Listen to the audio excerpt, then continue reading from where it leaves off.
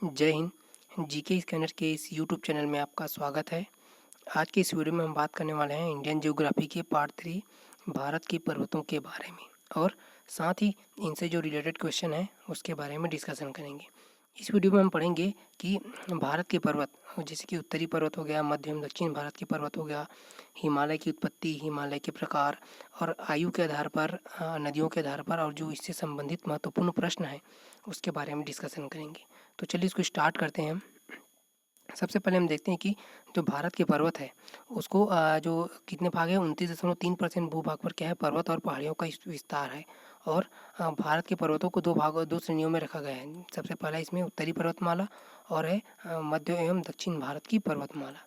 और उत्तरी पर्वत श्रृंखला की अगर बात करें तो भारत की जो उत्तरी सीमा पर स्थित हिमालय पर्वत क्या है, युवा एवं नया जो विश्व का नया मोड़दार पर्वत है। ठीक है। और इसमें क्या है कि हिमालय पर्वत श्रृंखला को आयु और नदियों के आधार पर समझा जा सकता है। तो सबसे पहले हम देखते हैं कि आयु के आधार पर, तो आयु के आधार पर हम हिमालय की उत्पत्ति एवं सिद्धांत को समझते हैं। तो हिमालय की लंबाई पूर्व से पश्चिम दिशा में लगभग 2500 किलोमीटर, यहाँ से जैसे पूर्व से ये कितना पूर्व से पश्चिम तक कितना 2500 किलोमीटर तक है। और जो इसकी हिमालय पर्वत क्या है, पश्चिम में जम्मू कश्मीर के यहाँ पर जो नंगा पर्वत है वहाँ से लेकर यहाँ अरुणाचल प्रदेश के नामचा बरुआ पर्वत चोटी तक यह इससे विस्तृत है। और इसमें जो हिमालय की चौड़ाई मतलब पश्चिमी भाग में अधिक है, यहाँ पर पश्चिमी भाग में अधिक है और इधर सकरा भाग यहाँ पर कम है। ठीक है। पूर्वी भाग में हिमालय की स्थिति सक्रिय होने के कारण यही यहाँ पर ज़्यादा ऊंचा उठा हुआ है। ठीक है। तो ये तो हो गया हिमालय की जो क्षेत्रफल, और इसका जो क्षेत्रफल लगभग 5 लाख वर्ग किलोमीटर के आसपास फैला हुआ है। और हिमालय की उत्पत्ति के संबंध में हम देखते हैं कि इसकी जो आकृति है वो चापाकार और क्या है, धनुषाकार है। ठीक है। और इसमें क्या है कि जो हिमालय पर्वत के उत्तर में क्या है, तिब्बत का पठार है स्थित है। और तिब्बत के पठार के उत्तर में क्या है, क्युनलुन पर्वत स्थित है। मतलब यहाँ ये जो हिमालय पर्वत होगा ना, यहाँ पर क्या है, तिब्बत का पठार। ठीक है। तिब्बत के पठार के ऊपर यहाँ पर एक पामीर का पठार होगा। ठीक है। और उसके ऊपर क्या है, क्युनलुन पर्वत श्रेणी है। ठीक है। और इसमें एक चीज़ और है कि हिमालय अपने पूर्वी छोर एवं पश्चिमी छोर पर दक्षिणवर्ती मोड़ दिखाता है। यहाँ पर जैसे कि पूर्वी छोर पर यह है पूर्वी मोड़, दक्षिणवर्ती मोड़ दिख गया, इधर भी क्या है, दक्षिणवर्ती मोड़। मतलब हिमालय पर्वत ये ऐसा आने के बाद इधर ऐसा मुड़ गया है। देखा जाए तो यहाँ पर मतलब ऐसे ये जो हिमालय पर्वत है ऐसा है, तो इधर आने के बाद ऐसा मुड़ गया है। और इस ओर भी क्या है, इधर ऐसा मुड़ गया है। ठीक है। तो ये हो गया इसका दक्षिणवर्ती मोड़, और इधर भी दक्षिणवर्ती मोड़ हो गया। मतलब पूर्वी छोर पर दक्षिणवर्ती मोड़ है और पश्चिमी छोर पर क्या है, दक्षिणवर्ती मोड़ है। ठीक है। तो इसी के बारे में बोला गया है कि इसको अलग अलग जो प्रदेशों में अलग अलग नामों से जाना जाता है। ठीक। तो अगला इसमें क्या है कि जब हिमालय के पश्चिमी छोर पर दक्षिणवर्ती मोड़ को क्या है, यहाँ पर पाकिस्तान, ठीक है, यहाँ पर क्या है, पाकिस्तान में उसको सुलेमान पर्वत बोला जाता है। यहाँ पर पाकिस्तान में सुलेमान पर्वत, और इस जगह में अफगानिस्तान में इसको हिंदू कुश पर्वत बोला जाता है। ठीक है। तो अब इसमें क्या है कि यहाँ पर अलग अलग प्रदेशों में इसको अलग अलग नामों से जाना जाता है। जैसे कि अरुणाचल प्रदेश में इसको पटकाई बूम बोला जाता है, नागालैंड में इसको नागा पहाड़ी बोला जाता है, मणिपुर में मणिपुर पहाड़ी बोला जाता है, और मिजोरम में इसको मिजो पहाड़ी के नाम से जाना जाता है। और ये जो मतलब क्या है कि पश्चिम से लेकर यहाँ पूर्व तक ये नागा पर्वत हो गया, और यहाँ क्या है, नामचा बरुआ पर्वत पर क्या है, जो हिमालय का विस्तार है वो है। ठीक है। तो अब हम देखते हैं कि हिमालय की उत्पत्ति कैसे हुई इसके बारे में। तो हिमालय पर्वत का जो निर्माण है वो सेनोजोइक महाकल्प से हुआ था। ठीक है। सेनोजोइक महाकल्प। और ये हिमालय पर्वत की उत्पत्ति की सबसे अच्छी व्याख्या कौन करता है, जर्मनी के जो भूगर्भ शास्त्री कोबर का जो भूसन्नति सिद्धांत करता है। ठीक है। भूसन्नति सिद्धांत के अंतर्गत मतलब कोबर ने अपने सिद्धांत में बताया कि जहाँ हिमालय पर्वत है, यहाँ पर पहले क्या था, यहाँ पर यहीं पर हिमालय पर्वत है आज, लेकिन पहले यहाँ पर क्या था, जो टेथिस सागर हुआ करता था। ठीक है। और टेथिस सागर हुआ करता था, फिर क्या हुआ कि जो टेथिस भूसन्नति के दक्षिण में, मतलब ये जो पहले ही जो कोबर है उसने टेथिस सागर के स्थान पर क्या किया था, टेथिस भूसन्नति शब्द का प्रयोग किया। और जो टेथिस सागर के मतलब उसके दक्षिण में क्या है, गोंडवाना लैंड था, और उत्तर में क्या था, अंगारा लैंड था। ठीक है। और इसमें क्या है कि जो कोबर के अनुसार, मतलब ये कोबर हो गया, उसके अनुसार क्या है, गोंडवाना लैंड तथा अंगारा लैंड दोनों भूखंडों में अनेक नदियाँ बहती थी। मतलब ये गोंडवाना लैंड हो गया और ये अंगारा लैंड हो गया, तो इन दोनों में अनेक नदियाँ प्रवाहित होती थी। मतलब कि ये बोला जाए तो यहाँ पर जैसे कि ये काले कलर का दिख रहा है, ये सब क्या है, अनेक नदियाँ प्रवाहित होती थी। ठीक है। और इन्हीं इधर अंकारा लैंड में भी अनेक नदियाँ प्रवाहित होती थी। तो क्या हुआ कि जब इन नदियों ने लंबे समय तक क्या है टेथिस सागर में अवसादों का निक्षेपण किया, जिससे टेथिस भूषण नदी में मलबा जमा हो गया और इन्हीं नदियों के कारण क्या हो गया, लंबे समय तक अवसाद हुए, निक्षेपण हुआ और यहाँ पर क्या है मलबा मलबा इकट्ठा हो गया, बहुत सारे बड़े बड़े कंकड़ पत्थर जाके यहाँ पर इकट्ठा हो गया। ठीक है, और फिर इसमें क्या हुआ कि जैसे जैसे मलबे का जमाव बढ़ता गया, ठीक है, और दबाव के कारण क्या हुआ, टेथिस भूषण नदी में मतलब टेथिस सागर में अवतलन होने लगा और इसके साथ साथ यहाँ क्या हुआ, अवसादी मलबे का क्या है जमाव बढ़ता गया। ठीक है, फिर इसमें क्या है, कोबर के अनुसार जो कुछ समय बाद मतलब अवतलन होने से क्या हुआ, जो टेथिस भूषण नदी में यहाँ पर जो टेथिस भूषण नदी वो सिकुड़ने लगा और सिकुड़ने से क्या है उसकी जो चौड़ाई जो है घटने लगी। ठीक है, तो यही बोला जा सकता है कि आज जो हिमालय पर्वत है उसके स्थान पर पहले क्या था, टेथिस सागर था। अब इसको दूसरे एक और वैज्ञानिक है उसके सिद्धांत के अनुसार समझते हैं, जो हैरियस। ठीक है, हैरियस का सिद्धांत, इन्होंने भी हिमालय की उत्पत्ति के संबंध में अपना सिद्धांत दिया। तो उसके अनुसार कोबर की जो भूसन्नति सिद्धांत के अलावा जो है हैरियस का प्लेट विवर्तनिकी सिद्धांत भी हिमालय पर्वत की क्या है उत्पत्ति की सफल व्याख्या करता है। कैसे, तो इसमें क्या है कि जो प्लेट टेक्टोनिक थ्योरी के अनुसार ये भूखंड 6 भागों में विभाजित है। मतलब हैरियस ने बोला है कि प्लेट टेक्टोनिक थ्योरी के अनुसार ये भूखंड 6 भागों में विभाजित है, जिसमें से एक हो गया ये इंडियन प्लेट हो गया, अफ्रीकन प्लेट हो गया और ये मतलब यूरोशियन प्लेट हो गया। उसी प्रकार इसको 6 भागों में बांटा गया है। ठीक है, तो इन्हीं भूखंडों को प्लेट कहते हैं। जो देखते हैं इसमें क्या है कि पहला हो गया इसको इंडियन प्लेट। ठीक है, इंडियन प्लेट के बाद हो गया फिर यूरेशियन प्लेट, अफ्रीकन प्लेट और ये अमेरिकन प्लेट और पैसिफिक प्लेट प्रशांत महासागर में है और ये अंटार्कटिका प्लेस, मतलब ये अंटार्कटिका प्लेस हो गया और ये अफ्रीकन प्लेस हो गया, ये मतलब ये अफ्रीकन प्लेस है। ठीक है, और ये हो गया पैसिफिक प्लेट। ठीक, तो जो हैरियस के सिद्धांत के अनुसार इस भूखंडों को 6 भागों में बांटा गया है और इसके अनुसार फिर क्या हुआ कि प्लेट टेक्टोनिक थ्योरी के अनुसार ये प्लेटें स्थिर नहीं है, मतलब ये जो प्लेट है ये स्थिर नहीं है, मतलब गतिशील अवस्था में कहीं ना कहीं लोग गति कर रहे हैं। ठीक है, और जो हिमालय का उत्पत्ति का निर्माण है वो लगभग 5 करोड़ साल पहले हुआ था, मतलब वो और आगे भी हो सकता है बहुत सारा। ठीक है, तो भारत इंडियन प्लेट के ऊपर स्थित है।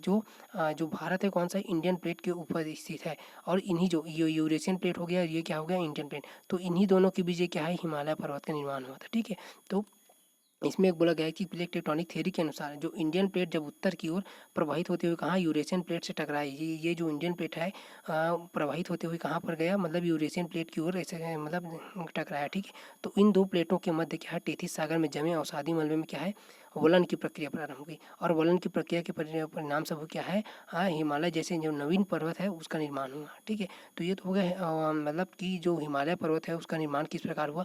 अब हम देखते हैं कि हिमालय पर्वत के अंतर्गत मतलब 4 पर्वत श्रेणियों को शामिल किया जाता है और इन 4 पर्वत श्रेणियों में पहला ट्रांस हिमालय, दूसरा है वृहद हिमालय, तीसरा है लघु हिमालय और चौथा है शिवालिक हिमालय। ठीक है, सबसे पहले हम पढ़ते हैं ट्रांस हिमालय के बारे में।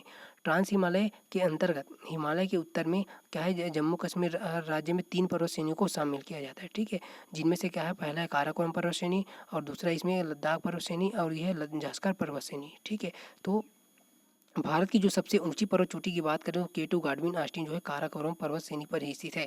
जो ट्रांस हिमालय का हिस्सा कौन कौन सा, ये काराकोरम पर्वत श्रेणी है, लद्दाख पर्वत श्रेणी है और ये जास्कर पर्वत श्रेणी है। ठीक है, और इन्हीं सब के बीच जो सबसे ऊंची चोटी है भारत की वो कौन सा है, केटू गाडविन आस्टीन, और ये क्या है काराकोरम पर्वत श्रेणी का ही हिस्सा है।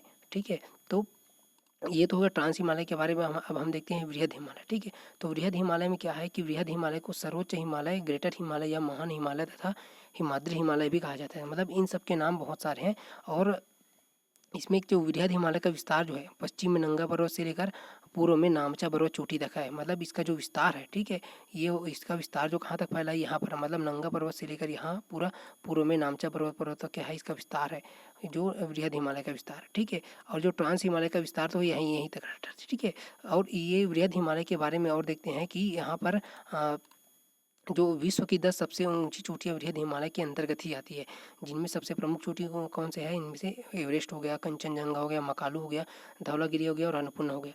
मतलब यहीं पर जो विश्व की सबसे 10 ऊंची चोटी की बात करते हैं तो सबसे एवरेस्ट, माउंट एवरेस्ट, और ये वृहद हिमालय के ही अंतर्गत ही आता है जो सबसे ऊंची चोटी है। और इसकी जो ऊंचाई है लगभग 8,548 मीटर के समथिंग है। ठीक है, तो वृहद हिमालय के अंतर्गत जो पर्वत चोटियों की स्थिति जो है सबसे पहला इसमें क्या है कि एवरेस्ट। ठीक है, एवरेस्ट है। उसके बाद दूसरे नंबर पे ऊंचाई के अनुसार देख रहे हैं तो ये कंचनजंगा हो गया, फिर मकालू पर्वत हो गया, मकालू पर्वत और धौलागिरी उसके बाद हो गया अन्नपूर्णा। ठीक है, तो ये तो हिमालय पर्वत की वो ऊंची चोटी है। अगर सबसे ऊंची चोटी कौन सा हो गया, एवरेस्ट हो गया। अगर उसके बाद दूसरे नंबर की ऊंची चोटी की बात करो तो यहाँ पर है काराकोरम पर्वत।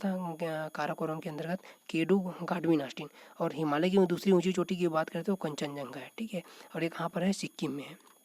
फिर वृहद हिमालय के अंदर का देखते हैं कि एवरेस्ट, जो माउंट एवरेस्ट है वो क्या है, दुनिया की सबसे ऊंची पर्वत चोटी है, जिसकी ऊंचाई क्या है 8,850 मीटर। ठीक है, और इसमें जो भारत की सबसे ऊंची पर्वत चोटी केटू गाडविन आस्टीन है, किंतु यह कहाँ है, हिमालय पर नहीं है। कहाँ पर है वो, मतलब वो ट्रांस हिमालय में है। ये हिमालय पर्वत का हिस्सा नहीं है, लेकिन वो ट्रांस हिमालय का। ठीक है, भारत में स्थित जो हिमालय की सबसे ऊंची पर्वत चोटी कौन सी है, कंचनजंगा है। और विश्व की दूसरी सबसे ऊंची चोटी की बात करें तो कौन सा है, केटू गाडविन आस्टीन।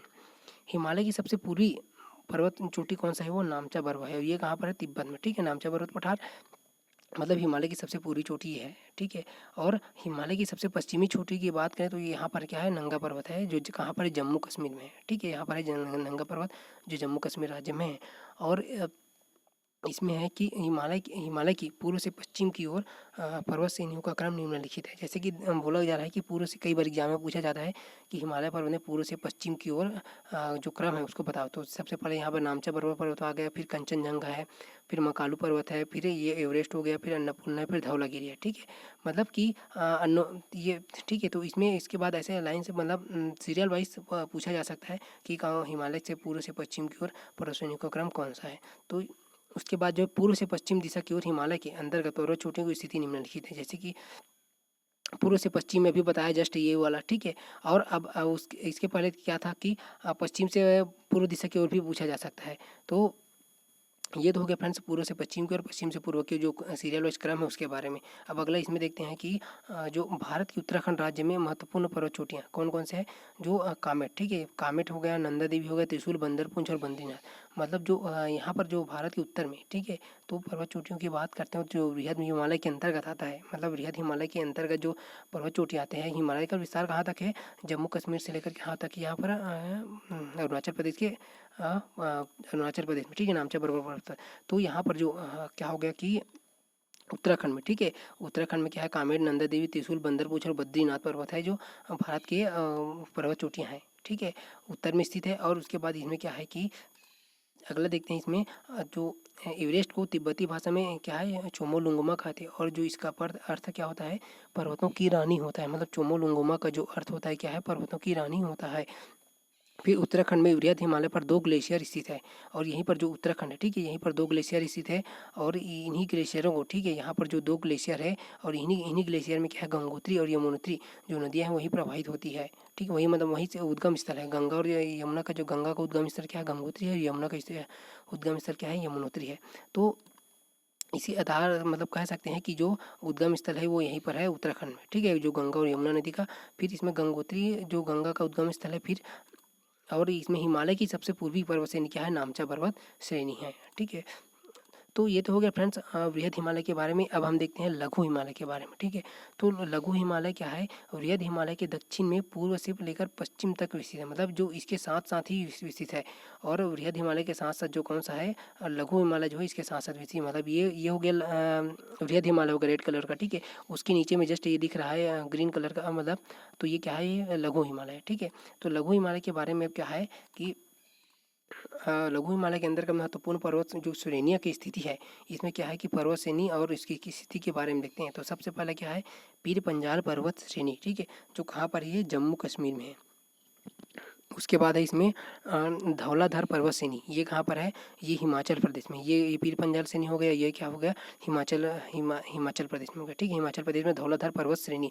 अब उसके बाद बात करते हैं हम महाभारत पर्वत श्रेणी। ये कहाँ पर है, महाभारत पर्वत श्रेणी, ये नेपाल में। ये वाला जो ग्रीन कलर का ये महाभारत पर्वत क्या है, महाभारत पर्वत श्रेणी, ये नेपाल में है। और उसके बाद जो नाग टिब्बा पर्वत श्रेणी, ये भी नेपाल में है। ठीक है, अब फिर उसके बाद है ये का मसूरी पर्वत श्रेणी। मसूरी पर्वत श्रेणी जो है ये उत्तराखंड में है। ये ग्रीन कलर का ये क्या है, मसूरी पर्वत श्रेणी क्या है, ये उत्तराखंड में है। मतलब लघु हिमालय के अंतर्गत इन 5 श्रेणियाँ आती हैं जो क्रमवार है। ठीक है, अब इसी में देखते हैं कि लघु हिमालय की सबसे पश्चिमी श्रेणी पीर पंजाल कहलाती है। ठीक है, यहाँ पर जो सबसे पश्चिमी पीर पंजाल कहलाती है और ये कहाँ पर है, जम्मू कश्मीर में स्थित है। और उसके जो दक्षिण में, ठीक है, मतलब ये कि जो पीर पंजाल श्रेणी के उत्तर में श्रीनगर तथा इसके दक्षिण में क्या है, जम्मू कश्मीर है। और यहीं पर वैष्णो देवी का मंदिर है।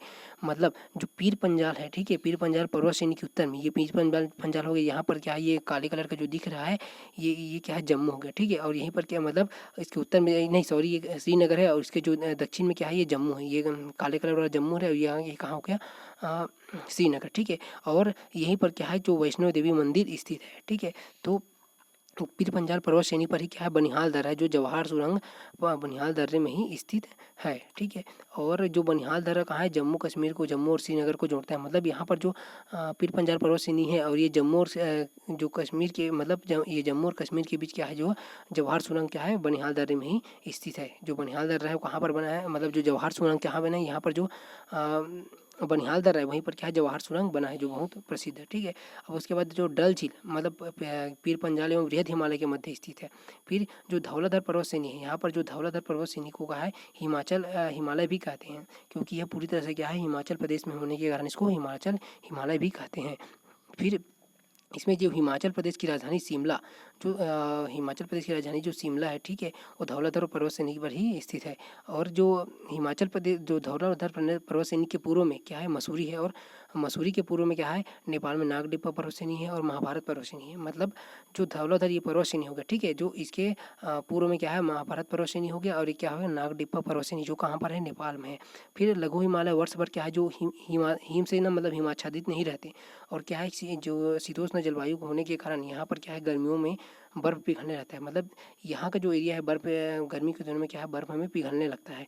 फिर जो यहाँ जहाँ एक और क्या है, वृहद हिमालय वर्ष भर जैसे हिम से ढका रहता है, तो जिसके कारण क्या होता है कि यहाँ वनस्पतियाँ नहीं पाई जाती, वृहद हिमालय में वनस्पतियाँ नहीं पाई जाती। लेकिन वहीं लघु हिमालय की अगर बात करें, तो शीतोष्ण जलवायु का क्षेत्र होने के कारण लघु हिमालय के जो ढालों पर क्या है, शीतोष्ण मुलायम घास के मैदान पाए जाते हैं। ठीक है, और लघु हिमालय के अंतर्गत ही क्या है, शीतोष्ण मुलायम घास के मैदानों को जम्मू कश्मीर में मर्ग कहते हैं। और जैसे कि गुलमर्ग हो गया और क्या हो गया, सोनमर्ग हो गया। मतलब जो वहाँ पर क्या है कि मुलायम जो घास के मैदान है, उसी को क्या बोला जाता है, मर्ग बोलते हैं। और वो जम्मू कश्मीर में कौन कौन सा है, जो मर्ग है, गुलमर्ग हो गया और एक हो गया सोनमर्ग हो। ठीक है, अब हम बात करते हैं लघु हिमालय के अंतर्गत जो शीतोष्ण मुलायम घास के मैदान को गुलमर्ग बोलते हैं और सोनमर्ग बोलते हैं, तो जानते हैं। ठीक है, तो इसमें एक चीज़ और है कि लघु हिमालय के अंतर्गत जो शीतोष्ण मुलायम घासों को उत्तराखंड में अलग नामों से जाना जाता है। जम्मू कश्मीर में उसको गुलमर्ग सोनमर्ग बोलते हैं और यहाँ पर क्या बोला जाता है, इसको बुग्याल एवं पयाल के नाम से जाना जाता है उत्तराखंड में। ठीक है, कई बार एग्जाम में आए हुए हैं। और जो शीतोष्ण जलवायु का क्षेत्र होने के कारण लघु हिमालय पर अनेक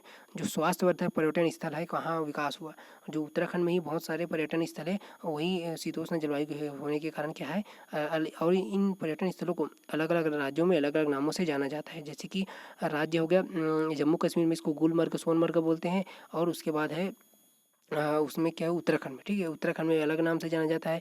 और जैसे हिमाचल प्रदेश होगा, हिमाचल प्रदेश में इसको क्या बोला जाता है, शिमला बोला जाता है, मनाली और डलहौजी। ठीक है, और उत्तराखंड में क्या क्या है, जो पर्यटन स्थल हो, मसूरी है, रानीखेत है और नैनीताल और विंडसर है। ठीक है, फिर उसके अंदर उसके बाद एक और है कि लघु हिमालय के अंतर्गत हो गया। तो जितना भी था हम लोग पढ़ चुके लघु हिमालय। अब हम बात करते हैं शिवालिक हिमालय के बारे में। तो शिवालिक हिमालय क्या है, उसको देखते हैं। शिवालिक हिमालय क्या है, हिमालय की सबसे नवीन पर्वत श्रृंखला है और अन्य 3 पर्वत श्रृंखलाओं में से सबसे कम ऊंचाई वाला क्षेत्र है। मतलब यहाँ पर जो हो गया, आप सबसे पहले पढ़े थे क्या थी, ट्रांस हिमालय पढ़ते थे। ठीक है, अब ट्रांस हिमालय के बाद ये रेड वाला वृहद हिमालय पढ़े, फिर उसके बाद क्या हो गया, लघु हिमालय। अब हम बात करते हैं सबसे नीचे वाले भाग में। तो ये कौन सा भाग हो गया, शिवालिक हिमालय, जो सबसे दक्षिण में है। ठीक है, मतलब जो हिमालय के सबसे दक्षिण में है। और शिवालिक हिमालय को बाह्य हिमालय भी कहा जाता है। अब जैसे कि ये बाह्य हिमालय क्यों बोला जाता है, जैसे कि कोई भी क्षेत्र ये कर्व है, कर्व के आकार का ढका हुआ, ठीक है, कर्व के आकार में ढका हुआ ऐसे। तो कर्व, कोई भी चीज़ जैसे कर्व होता है, तो ये चीज़, ये वाला आंतरिक हिमालय हो गया, ये वाला क्या हो गया, बाह्य हो गया। ठीक है, जैसे कि अब ये तो हो गया आंतरिक हिमालय और बाह्य हिमालय के बारे में। तो इसमें शिवालिक हिमालय के अंतर्गत जैसे कि अरुणाचल प्रदेश में शिवालिक को 4 अलग अलग पहाड़ियों के नाम में बिखरा हुआ नजर आता है।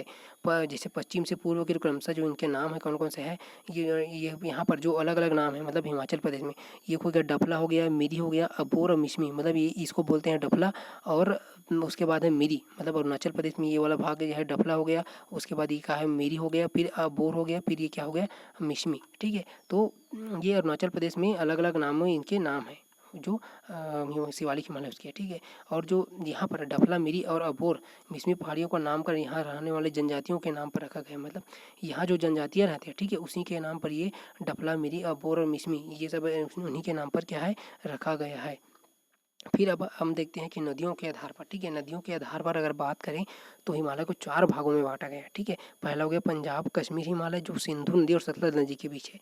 दूसरा इसमें कुमायूं हिमालय जो सतलज नदी और काली नदी के बीच है। उसके बाद हम बात करते हैं नेपाल हिमालय, तो नेपाल हिमालय जो है काली नदी और तीस्ता नदी के बीच है। फिर असम हिमालय, असम हिमालय कहाँ है, तीस्ता नदी और दिहांग नदी के बीच है, ठीक है।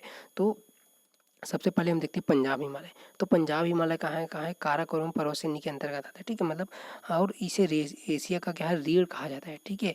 तो इसी पर्वत श्रेणी में क्या है भारत का सर्वोच्च पर्वत श्रेणी केटू गाड़वी नाशनी है जिसकी जो ऊंचाई बताए थे 8,611 मीटर है। और काराकोरम पर्वत को पहले क्या है कृष्णागिरी के नाम से जाना जाता था। ये कई बार एग्जाम में आया हुआ है कि काराकोरम पर्वत को किस नाम से जाना जाता था करके, ठीक है। तो ये तो पंजाब हिमालय हो गया। अब हम बात करते हैं कुमायूं हिमालय, तो कुमायूं हिमालय को ही गढ़वाल हिमालय के नाम से जाना जाता है। और सतलज नदी और काली नदी के बीच 320 किलोमीटर का जो लंबा हिमालय क्षेत्र है कुमायूं हिमालय कहा जाता है। पहले देखिए थे पंजाब हिमालय जो कहाँ पर ये सिंधु नदी, ठीक है, सिंधु नदी और सतलज नदी के बीच पंजाब हिमालय। उसके बाद जो है कुमायूं हिमालय जो सतलज नदी और काली नदी के बीच इसी से। फिर ये हिमालय क्षेत्र कहाँ है उत्तराखंड में फैला हुआ है। जो कुमायूं हिमालय कहाँ है उत्तराखंड में फैला हुआ है। और जो कुमायूं हिमालय की सबसे ऊंची चोटी कौन सा है नंदा देवी है जिसकी ऊंचाई कितनी है 7,817 मीटर है। और क्या है कि जो बद्रीनाथ केदारनाथ गंगोत्री यमुनोत्री इसी हिमालय का हिस्सा है। जो कुमायूं हिमालय में यहीं पर है कौन कौन सा जो बद्रीनाथ हो गया केदारनाथ हो गया गंगोत्री यमुनोत्री सब इसी हिमालय के अंतर्गत आते हैं, ठीक है। तो गंगा यमुना जो राम गंगा जो नदियों का उद्गम भी कहाँ है कुमायूं हिमालय से ही होता है। ये तो होगा कुमायूं हिमालय के बारे में। अब हम बात करते हैं नेपाल हिमालय के बारे में, ठीक है। तो नेपाल हिमालय के अंतर्गत जो काली नदी और तीस्ता नदी के बीच का जो 800 किलोमीटर का एरिया है, ठीक है, जो हिमालय क्षेत्र नेपाल हिमालय के नाम से आता है। मतलब ये काली नदी हो गया और ये तीस्ता नदी और इन दोनों के बीच में जो 800 किलोमीटर का एरिया है क्या है नेपाल हिमालय के नाम से जाना जाता है। और उससे पहले सतलज से काली नदी के बीच कुमायूं हिमालय था और फिर ये हो गया काली नदी से तीस्ता नदी नेपाल हिमालय, ठीक है। तो ये कुमायूं हिमालय क्या है कि अपेक्षा अधिक ऊंचा है। जो नेपाल हिमालय है वो अधिक ऊंचा है। और इस हिमालय की जो अगर सर्वोच्च ऊंची चोटी की बात करें तो कौन सा है वो माउंट एवरेस्ट है, ठीक है। यहाँ पर माउंट एवरेस्ट कंचनजंगा धौलागिरी, ठीक है, ये सब मतलब पर्वत पाए जाते हैं जिनमें से सबसे ऊंचा, ठीक है, मतलब ठीक है। तो इनमें सबसे ऊंचा कौन सा हो गया माउंट एवरेस्ट हो गया, ठीक है। तो हिमालय की सबसे ऊंची चोटियाँ नेपाल हिमालय के अंतर्गत आती है। जो हिमालय की सबसे ऊंची चोटी क्या है नेपाल हिमालय के अंतर्गत ही आती है। और पश्चिम से पूर्व इनका जो क्रम होता है, ठीक है, मतलब धौलागिरी हो गया इधर पश्चिम से पूर्व की ओर बात करें तो धौलागिरी हो गया अन्नपूर्णा हो गया एवरेस्ट हो गया मकालू और कंचनजंगा। मतलब यहाँ पर क्या है धौलागिरी है फिर अन्नपूर्णा है फिर एवरेस्ट है फिर मकालू और कंचनजंगा, ठीक। तो ये तो हो गया फ्रेंड्स नेपाल हिमालय के अंतर्गत जितने भी पर्वत है उसके बारे में, ठीक है। अब हम बात करते हैं इसी में जो असम हिमालय, ठीक है। असम हिमालय में क्या है जो इसका क्षेत्र जो है तीस्ता नदी से लेकर मतलब ये तीस्ता नदी से लेकर ब्रह्मपुत्र नदी के बीच हिमालय क्षेत्र असम हिमालय ये तीस्ता नदी हो गया और तीस्ता नदी से यहाँ तक ब्रह्मपुत्र, ठीक है, इसका बीच जो एरिया है क्या है असम हिमालय कहलाता है, ठीक है।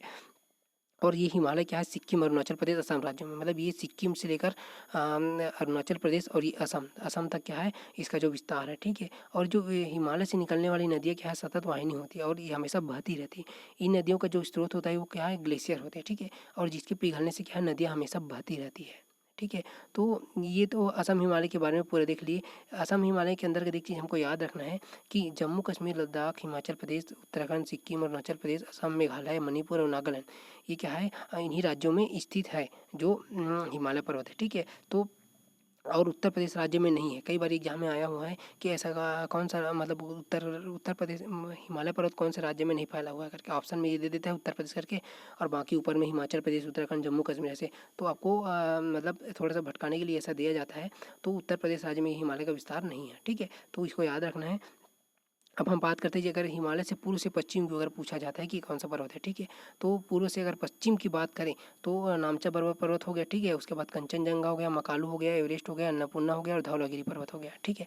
तो ये जितने भी हिमालय के टाइप से उसके बारे में देखिए। अब इसी के अंतर्गत हम देखते हैं जो पूर्वी पहाड़ियाँ हैं पटकाई पर्वत श्रृंखला, ठीक है, पटकाई पर्वत श्रृंखला के अंतर्गत पटकाई पर्वत श्रृंखला पूर्व में भारत और म्यांमार अंतर्राष्ट्रीय सीमा पर स्थित है। इस पर्वत श्रृंखला की ऊंचाई हिमालय से काफ़ी कम है और ये क्या है पर्वत श्रृंखला जो है असम नागालैंड मणिपुर हो गया मेघालय मिजोरम में फैली हुई है। पटकाई पर्वत श्रृंखला के 3 भाग हैं, ठीक है। कौन कौन सा पटकाई बूम हो गया गारो खासी जयंतिया हो गया और क्या हो गया लुसाई पहाड़ियाँ हो गया, ठीक है। तो हमको याद रखना है कि नागा पहाड़ियाँ पूर्व में नागालैंड में स्थित है, ठीक है। ये भारत म्यांमार की जो अंतर्राष्ट्रीय सीमा है, मतलब यहाँ पर जो भारत और म्यांमार की अंतर्राष्ट्रीय सीमा है, यहीं पर जो नागा पहाड़ियाँ है और नागालैंड में स्थित है, ठीक। अगला हम देखते हैं जो, अब तो इतना उत्तर भारत के मैदान के बारे में, उत्तर भारत की जो पहाड़ियाँ उसके बारे में पढ़ चुके हैं। अब हम देखते हैं जो मध्य और दक्षिण भारत की जो पर्वत श्रेणी है उसके बारे में, ठीक है। तो मध्य और दक्षिण भारत की पर्वत श्रेणी के अंतर्गत सबसे पहले हम बात करते हैं अरावली पर्वत श्रेणी की। अरावली पर्वत श्रेणी के अंतर्गत एक है, ये कहाँ है, गुजरात से लेकर राजस्थान, मतलब ये गुजरात से लेकर राजस्थान तक 800 किलोमीटर की लंबाई में फैली है। और जो ये पर्वत श्रेणी मतलब 570 बिलियन वर्ष पुरानी है। और ये भारत ही नहीं, विश्व की जो सबसे प्राचीन पर्वत श्रृंखलाओं में से एक है। फिर अरावली पर्वत की सबसे ऊंची चोटी कौन सा है, गुरु शिखर है, ठीक है। यहीं यहीं पर जो अरावली पर्वत है उसकी सबसे ऊंची चोटी कौन सा है, गुरु शिखर पर्वत है। और जो कहाँ है, 1722 मीटर ऊंची है, जो कि राजस्थान में स्थित है, ठीक। अब हम बात करते हैं जो मध्य और दक्षिण भारत की पर्वत श्रेणियों के अंतर्गत विंध्याचल पर्वत श्रृंखला के बारे में। तो विंध्याचल पर्वत श्रृंखला बहुत पुरानी और मोड़धार है, जो कि कहाँ है, गुजरात, मध्य प्रदेश और उत्तर प्रदेश, झारखंड में फैली हुई है। जो विंध्याचल पर्वत जो है, ठीक है, विंध्याचल पर्वत जो है गुजरात हो गया, महाराष्ट्र हो गया और ये झारखंड, ठीक है, यहाँ तक इसका जो एरिया है वो फैला हुआ है, ठीक, विंध्याचल पर्वत में। तो इसके अंतर्गत जो मध्य प्रदेश और उत्तर प्रदेश में फैले कुछ हिस्से को भारानेर की पहाड़ी के नाम से जाना जाता है। और जो यही बोला गया है कि मध्य प्रदेश और क्या कहाँ कहाँ है ये, उत्तर प्रदेश, इसमें क्या है, भारानेर की पहाड़ी के नाम से जाना जाता है। फिर मध्य प्रदेश और उत्तर प्रदेश की सीमा पर फैले इसके जो कुछ हिस्से को क्या है, कैमूर श्रेणी के नाम से जाना जाता है। मतलब यहाँ पर जो कैमूर श्रेणी है, जो मध्य प्रदेश और उत्तर प्रदेश में फैला है, उसको कैमूर श्रेणी के नाम से जाना जाता है, ठीक है। तो अगला इसमें झारखंड में जो हिमाचल विंध्याचल के कुछ हिस्सों को पारसनाथ की पहाड़ी के नाम जाता है। मतलब झारखंड में इसी को क्या बोला जाता है, पारसनाथ की पहाड़ी के नाम से जाना जाता है, ठीक है। तो अब एक चीज़ हमें ध्यान रखना है कि पारसनाथ की पहाड़ी, ठीक है, जैन मंदिर के लिए प्रसिद्ध है। और इस पहाड़ी की जो ऊंचाई है, मतलब जो पारसनाथ की पहाड़ी की ऊंचाई कितनी है, 1365 मीटर है। ये कई बार एग्जाम में आए हुए हैं। और ये तो हो गया फ्रेंड्स मध्य और दक्षिण भारत की पर्वत श्रेणी। अब हम बात करते हैं इसी के अंतर्गत जो सतपुड़ा पर्वत श्रृंखला, ठीक है। सतपुड़ा पर्वत श्रृंखला के अंतर्गत जो कहाँ पर फैला है, ये दक्कन के पठार का ही भाग है। जो सतपुड़ा पर्वत श्रृंखला है, दक्कन के पठार का ही भाग है, जो 3 भागों में बटी है। पश्चिम में से राजपीपला की पहाड़ी के नाम से जाना जाता है, ठीक है, राजपीपला की पहाड़ी के नाम से जाना जाता है। और इसमें क्या है कि जो मध्य प्रदेश की इसके भाग को महादेव पहाड़ी के नाम से जाना जाता है। मध्य प्रदेश में इसको महादेव के नाम से जाना जाता है। और क्या है, छत्तीसगढ़ में, मतलब छत्तीसगढ़ में इसको मैकाल पर्वत और मध्य प्रदेश में महादेव के नाम से जाना जाता है, ठीक है। तो और इसमें कि सतपुड़ा श्रेणी, ठीक है, इसकी जो सबसे ऊंची चोटी है कौन सा, वो धूपगढ़ है, जो 1350 मीटर की ऊंचाई पर है। जो कई बार एग्जाम में पूछा गया कि सतपुड़ा श्रेणी की सबसे ऊंची चोटी कौन सा है, तो धूपगढ़ है, ठीक है। इस श्रेणी के जो उत्तरी भाग पर कौन सा नर्मदा नदी और दक्षिणी भाग पर ताप्ती नदी, मतलब ये सतपुड़ा पर्वत हो गया, ठीक है। सतपुड़ा पर्वत के ऊपर ये नर्मदा नदी और यहाँ पर जो दक्षिण में क्या है, ताप्ती नदी बहती है, ठीक है। तो सतपुड़ा पर्वत के बारे में हो गया। अब हम बात करते हैं अजंता पर्वत श्रेणी, ठीक है। अजंता पर्वत श्रेणी यहाँ पर यह महाराष्ट्र में स्थित है। और इस पर्वत श्रेणी में क्या है कि स्थित गुफाएं जो गुप्तकालीन चित्रकला के लिए विश्व प्रसिद्ध है। जो इसकी जो श्रेणी है, ठीक है, गुप्तकालीन चित्रकला के लिए बहुत प्रसिद्ध है। फिर ये सतपुड़ा सतमाला पहाड़ी हरिश्चंद्र पर्वतमाला श्रृंखला का है, जो भी कहाँ है, महाराष्ट्र में ही स्थित है। और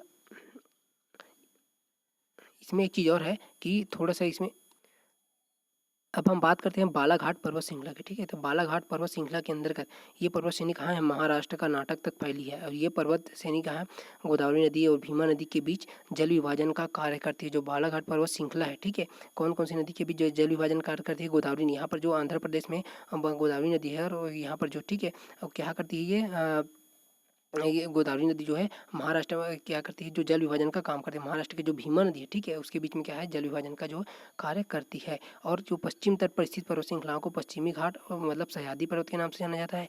और पूर्वी तट पर स्थित पर्वत श्रृंखलाओं को पूर्वी घाट कहा जाता है, ठीक है। तो ये तो हो गया बालाघाट पर्वत श्रेणी के बारे में। अब हम देखते हैं अन्नामलाई पहाड़ी, मतलब दक्षिण की ओर भारत की जो पहाड़ी उसके बारे में, ठीक है। तो केरल एवं तमिलनाडु राज्य की जो सीमा पर स्थित पहाड़ी है, कौन सा, अन्नामलाई, ठीक है। केरल और तमिलनाडु की जो सीमा है, यहीं पर क्या है, अन्नामलाई पहाड़ी पाई जाती है, ठीक है। और जिसकी सबसे ऊंची चोटी जो अन्नामुदी है, ठीक है, जो सबसे ऊंची चोटी दक्षिण भारत की कौन सी है, अन्नामुदी 2695 मीटर है, ठीक है, यहीं पर है, जो अन्नामलाई की पहाड़ी पर है। उसके बाद है जो कार्डमम पहाड़ी, ये पहाड़ी कहाँ पर, केरल में। कार्डमम की जो पहाड़ियाँ ये केरल राज्य में है। और ये भारत की ना अंतिम पहाड़ी है, फिर कार्डमम पहाड़ी के लिए मतलब जो इलायची की खेती के लिए जो प्रसिद्ध है वो कौन सा है? कार्डमम पहाड़ी क्या है? इलायची के लिए ही प्रसिद्ध है और इसी के कारण इसको इलायची पहाड़ी के नाम से भी जाना जाता है। ठीक है, और हमको एक चीज़ याद रखना है कि पूर्वी घाट पर पर्वत श्रेणी का सर्वोच्च शिखर महेंद्रगिरी है, जबकि पश्चिमी घाट का सर्वोच्च जो शिखर है वो कौन सा है? अनामुदी है। इसमें सबसे इंपॉर्टेंट चीज़ याद रखना है कि जो दक्षिणी पर्वत श्रेणी सबसे ऊंची अनामुदी है, और जो पूर्वी घाट की सर्वोच्च श्रेणी की बात करते हैं महेंद्रगिरी हो गया, और पश्चिमी घाट की सबसे सर्वोच्च शिखर हो गया अनामुदी। ठीक है, अब हम इसी में देखते हैं कि जो मांडवा पहाड़ी है, ठीक है, मांडवा पहाड़ी तो ये कहाँ है? गुजरात की कठियावाड़ में स्थित है। ये गुजरात हो गया, मांडवा पहाड़ी कठियावाड़ में स्थित है। फिर हम सेवरा पहाड़ी की बात करते हैं। जो सेवरा पहाड़ी कहाँ पर है? ये तमिलनाडु राज्य में स्थित है, जिसका विस्तार जो है 50 वर्ग किलोमीटर में फैला हुआ है। ठीक, अब हम नामचा पर्वत की बात करते हैं तो ये कहाँ पर है? तिब्बत में। ठीक है, भारत के अरुणाचल प्रदेश और तिब्बत बॉर्डर पर स्थित क्या है? नामचा पर्वत है।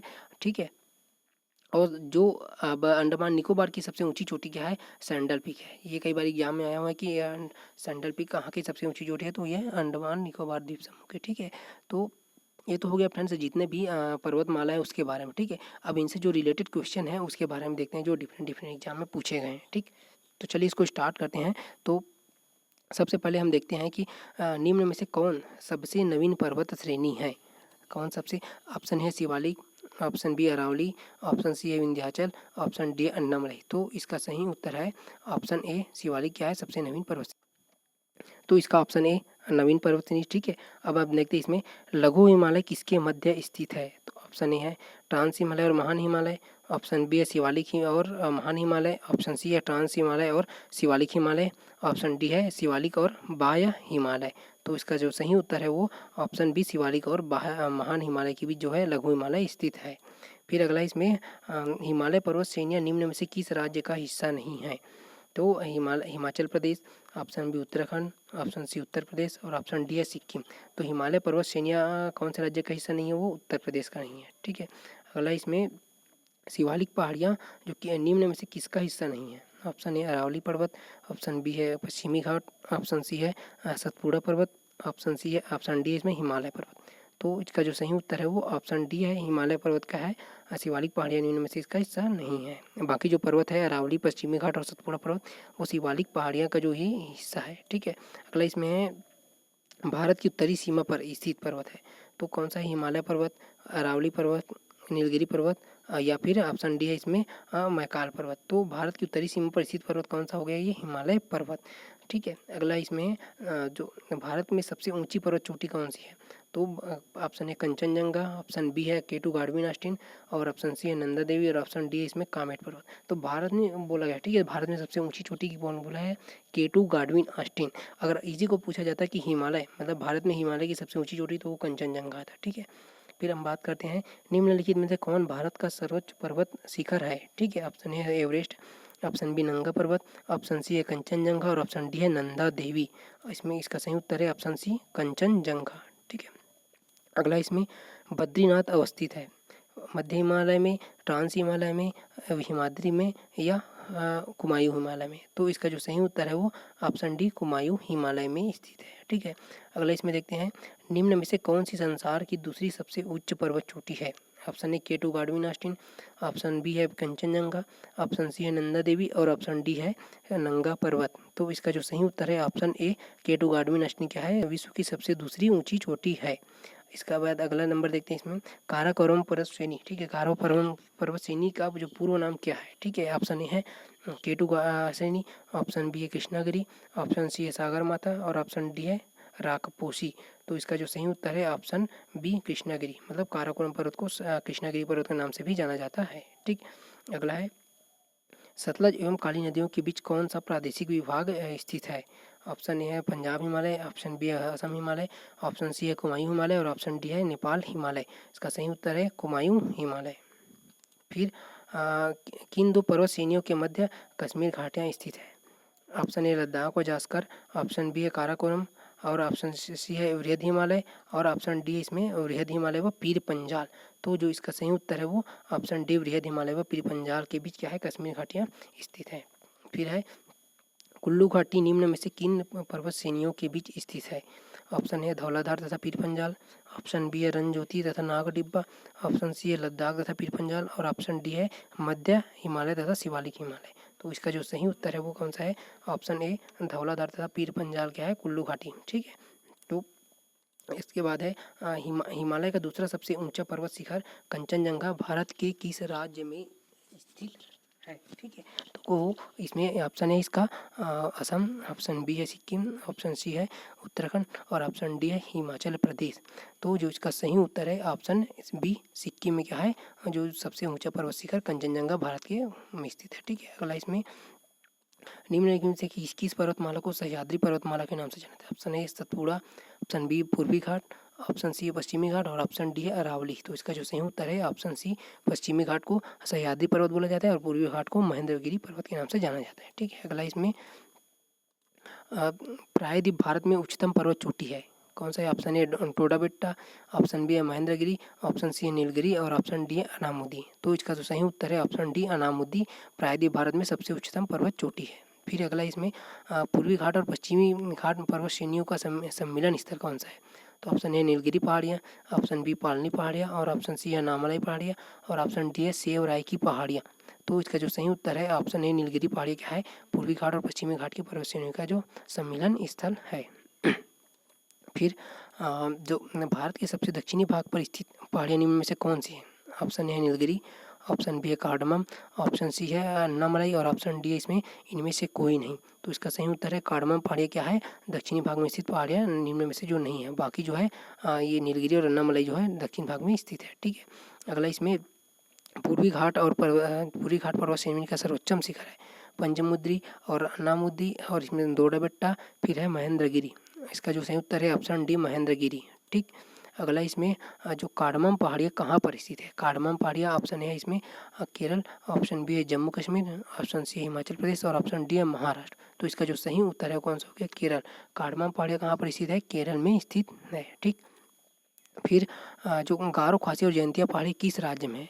तो ऑप्शन ए इसका मणिपुर में, ऑप्शन बी मेघालय में, ऑप्शन सी त्रिपुरा में, ऑप्शन डी कहाँ पर है? असम में। तो जिसका सही उत्तर है ऑप्शन बी मेघालय में। ठीक है, अगला इसमें जो भारत और म्यांमार के बीच सीमा निर्धारण करने वाली पर्वत श्रेणी है, option A great dividing range, option B है अन्नामलाई, ऑप्शन सी है पटकाई पर्वत श्रेणी और ऑप्शन डी है कार्डमम। तो इसका जो सही उत्तर है वो कौन सा है? पटकाई पर्वत श्रेणी। ठीक, अगला इसमें छोटा नागपुर पठार की सबसे ऊंची चोटी, ऑप्शन ए है धूपगढ़, ऑप्शन बी है पंचमढ़ी और ऑप्शन सी है महाबलेश्वर और ऑप्शन डी है पारसनाथ की पहाड़ी। तो इसका सही उत्तर है ऑप्शन डी पारसनाथ की पहाड़ी।